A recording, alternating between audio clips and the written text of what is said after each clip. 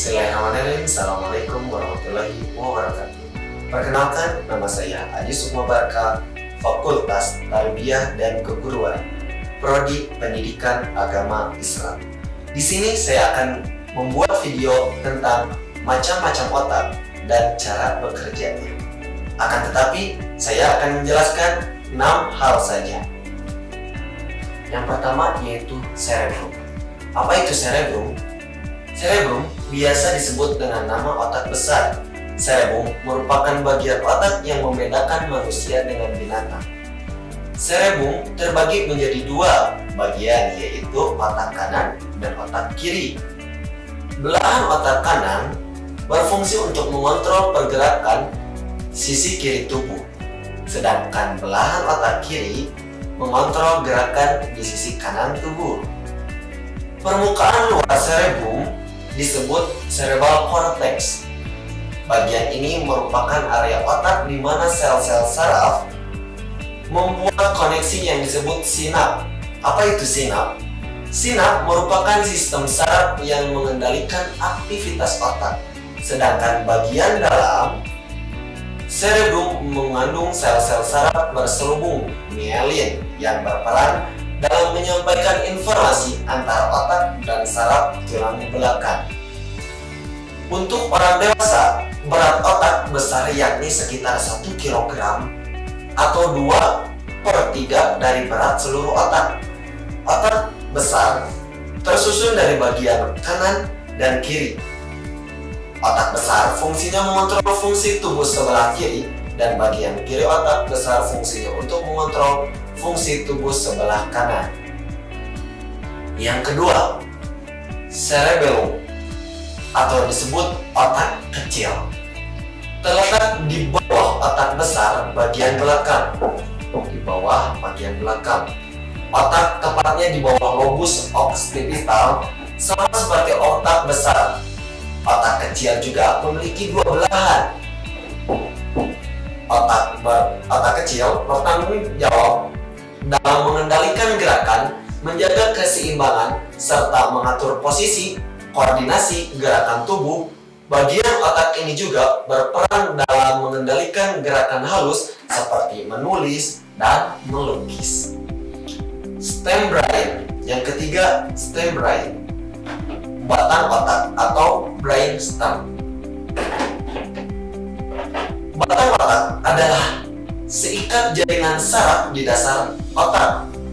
Fungsinya sebagai stasiun pemancar menghubungkan otak besar ke saraf tulang belakang, serta mengirim dan menerima pesan antara berbagai bagian tubuh dan otak. Batang otak terbagi dari 3 struktur utama, yakni otak tengah, pons, dan medula oblongata. Otak tengah adalah pusat pengatur gerakan otot mata, sedangkan pons terlihat dalam koordinasi gerakan mata dan otot wajah, pendengaran, dan keseimbangan. Yang keempat, temporal lobe atau disebut lobus temporal, terletak di kedua sisi kepala yang sejajar dengan telinga.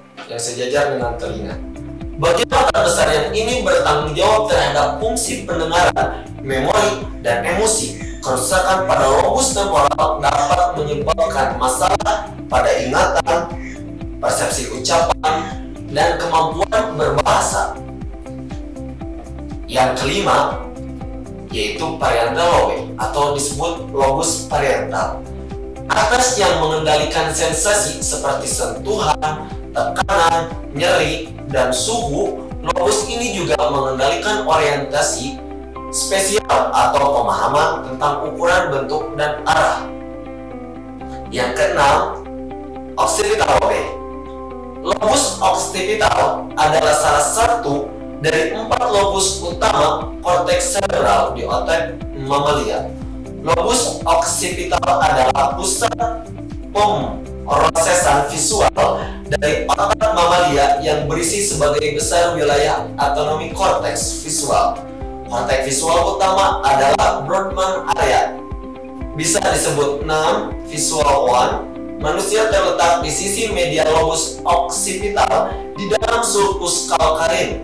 Tingkat penuh sering berlanjut ke kutub occipital. Sering juga disebut striate cortex karena dapat dikenali dari garis besar myelin stria of Guénary.